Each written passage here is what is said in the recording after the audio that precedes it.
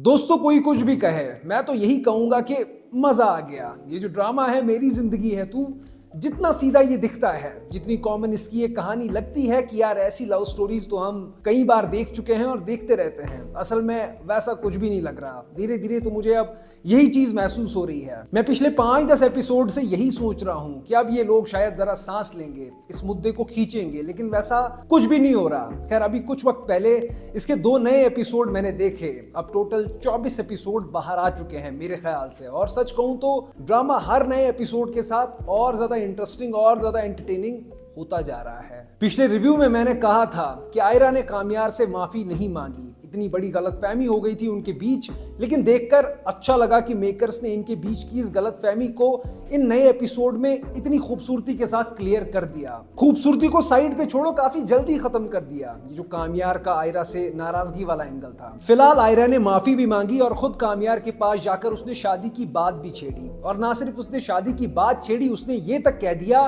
कि तुम्हारे साथ इस ताल्लुक को बनाने के लिए मैं अपने बाकी जितने भी मेरे ताल्लुक है वो सारे तोड़कर, वो सारे छोड़कर तुम्हारे पास आने के लिए तैयार हूँ। लेकिन मैं तुमसे ये एक ताल्लुक बनाने के लिए, अपने हर ताल्लुक को तोड़ने के लिए तैयार हूँ। सच कहूं तो ये सब सुनकर काफी अच्छा लगा। आयरा की बातों का एक वजन रहा है शुरुआत से। उसने फालतू कंफ्यूजन में कभी कुछ भी नहीं किया, कोई फैसला नहीं लिया। उसने हमेशा वक्त लिया है कुछ भी कहने से पहले। लेकिन पता नहीं क्यों यार, मैं ऐसा इंसान तो नहीं था कि किसी बेटी के बाप को रोता हुआ देखकर मुझे मजा आ जाए। लेकिन जब आयरा अपनी मोहब्बत के लिए स्टैंड ले रही थी अपने घर वालों के सामने, और कामयार कॉन्फिडेंस से जाकर कह रहा था कि अपनी बेटी से एक बार पूछ लीजिए, साफ साफ पता चल रहा था कि इस बार सिचुएशन पूरी तरह से पलट चुकी है पिछली बार से।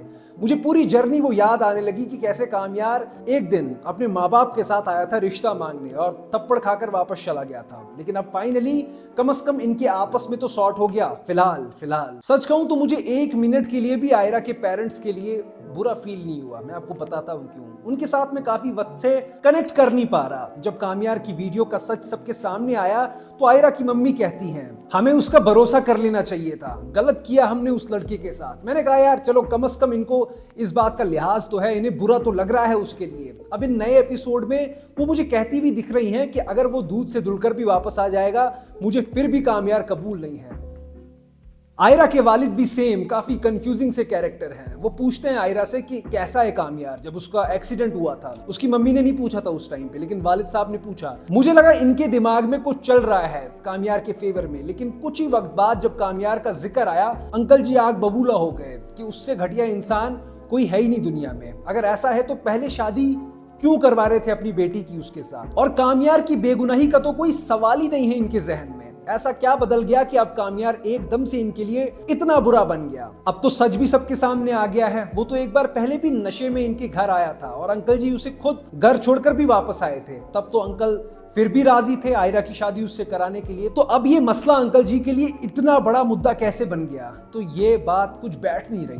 अब अंकल जी के लिए कामयार विलन है, उसने उनकी परवरिश खराब कर दी। अब वैसा वाला सीन हो गया है। इस ड्रामा में जो 2 कैरेक्टर भटके हुए हैं वो आयरा के पेरेंट्स ही हैं। ये अपनी बातों पे काफी बार कायम नहीं रहे हैं और गलत फैसले ये लेते रहे हैं शुरुआत से ही। और कितनी बार आयरा की मम्मी खावर से शादी करने पे इतना जोर देती थी फालतू में, उसका कोई रीजन ही नहीं था, जैसे कि उनकी बेटी उन पे बोझ थी, उस पे कुछ ऐसे दामन पे दाग लग गया था या अनपढ़ थी। कोई रीजन ही नहीं था उसकी जल्दी शादी करने का इतना जोर देने पे। पता नहीं यार, ये 2 कैरेक्टर थे कुछ अजीब से। आयरा की मम्मी तो थोड़ी ज्यादा ही। लेकिन अगर इस ड्रामा के सबसे अच्छे कैरेक्टर्स की बात की जाए, जो अपनी बातों पे स्टार्टिंग से अभी तक वैसे ही कायम है और इन्हें देखकर लगता है कि हाँ ये बढ़िया लोग हैं। एक तो है आयरा की बहन फलक। सामने कोई भी हो वो हमेशा सही बात करती है और काफी मैच्योर कैरेक्टर है उनका, मैं कहूंगा सबसे मैच्योर। उसके बाद उन्हीं के हस्बैंड इश्तियाक, उनका कैरेक्टर भी बहुत सही लिखा गया है, हमेशा सही बात करते हैं, सही का साथ देते हैं। तीसरा नाम आता है कामयार की मम्मी का। ये कैरेक्टर कुछ अलग है,